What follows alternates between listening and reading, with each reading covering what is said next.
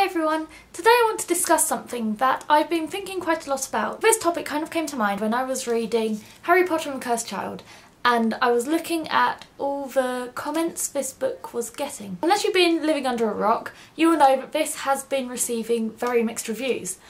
And some of these comments I do agree with and others I completely disagree with entirely. But it did get me thinking, what makes a good book? I know this isn't a book, this is a script, and I could make a video for about an hour explaining all the differences between a book and a script, so I'm not going to do that. But just for the purposes of this video, I'm going to class this as a book. The first thing that really got me thinking about this was that I was listening to a podcast and they were talking about this script, and someone in the podcast said that when reading this, you have to put all your feelings aside and focus entirely on the plot, and when you do that you'll realise how bad it is. This is something I completely disagree with. A lot of authors say that the purpose of them writing a book is to make someone feel something, and if they've done that then they've achieved success. So I don't think you can take feeling out of reading a book in order to review it, because it's one of the reasons why the author wrote the book in the first place, to make someone feel something. So I kind of disagree with that, but there are two ways in which you can put feelings. First one I'd say are feelings when reading the actual story, and the second one is feelings that you get when you've got so much expectation for a book, or when you're already familiar with the world and you're excited for that new book to come out. In terms of the first lot of feelings, all the feels, I'd say you definitely can't set those aside. If I said to someone, read this book, it made me cry, it made me laugh, it was great, is my comment worth any less than someone who said, read this book because it's got great character development and a very structured plot and the ending is executed really well? I don't know, and these two don't always come hand in hand. I don't know about you, but I've read books that maybe haven't got the best structured plot. The middle is kind of a bit of a mess and you don't really know what's going on, but overall I've really enjoyed the story and it's made me scared and it's made me cry and it's made me laugh. But then I've also read books that are very well structured and have character development, but they end up being very formulaic and there's nothing that sets it apart from anything else that's out there in the market. So I don't think you can take away those kind of feelings at all. I think it's more about finding the balance between the two. In terms of the second lot of feels, or the feelings, I would say if an author can create a world that envelopes its audience so much into it that just the very fact that you've got a new book creates so much excitement and it generates that love for the book before you've even read it and then after you've read it as well.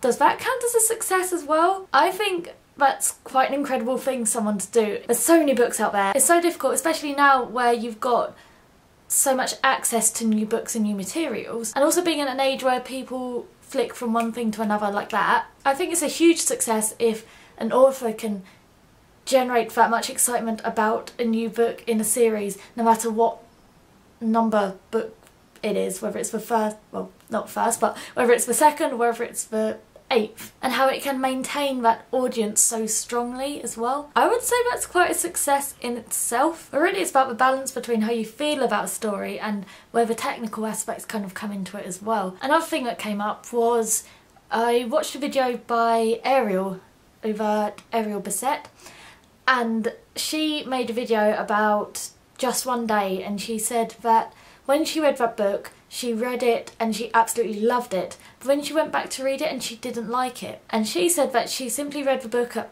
the right place at the right time, and she still loves that book but she won't read it again because it's not the time to read it. If you read a book once and you love it and it means so much to you, and then you read it again it's not as good, is that book a success or a failure? Well, failure is a bit of a strong word, but in that individual's eyes, is that book a success or is it a failure? Is the criteria for a book being a success one in which you can read it over and over again, or can you just read a book once, love it, and then never read it again and still call it a success? I guess in this age, a lot of people only read books once.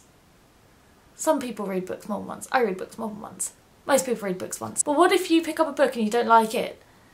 Is it simply because you're not reading it at the right time, or is it because it's a bad book?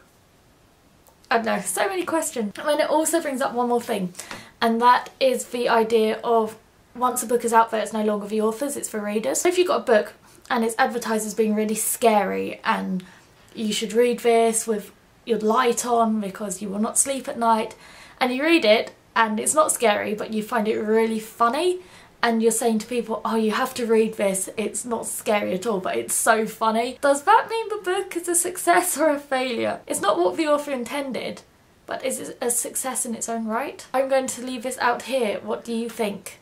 After saying all that, Harry Potter and the Cursed Child, is it good or bad? Is the fact that some people have issues with the plot mean that it's a bad story? Or is it something whereby you can really invest your feelings into it and therefore it's a fantastic story? Let me know your thoughts in the comments about all these questions. This video has been really rambly, I'm sorry. But let me know in the comments and let me know what you think about this book. If you want to know my feelings about it, let me know in the comments as well. I wasn't going to make a video, but we'll see. Anyway, I hope you enjoyed that rambly discussion and I hope some of it makes sense. I will see you next time.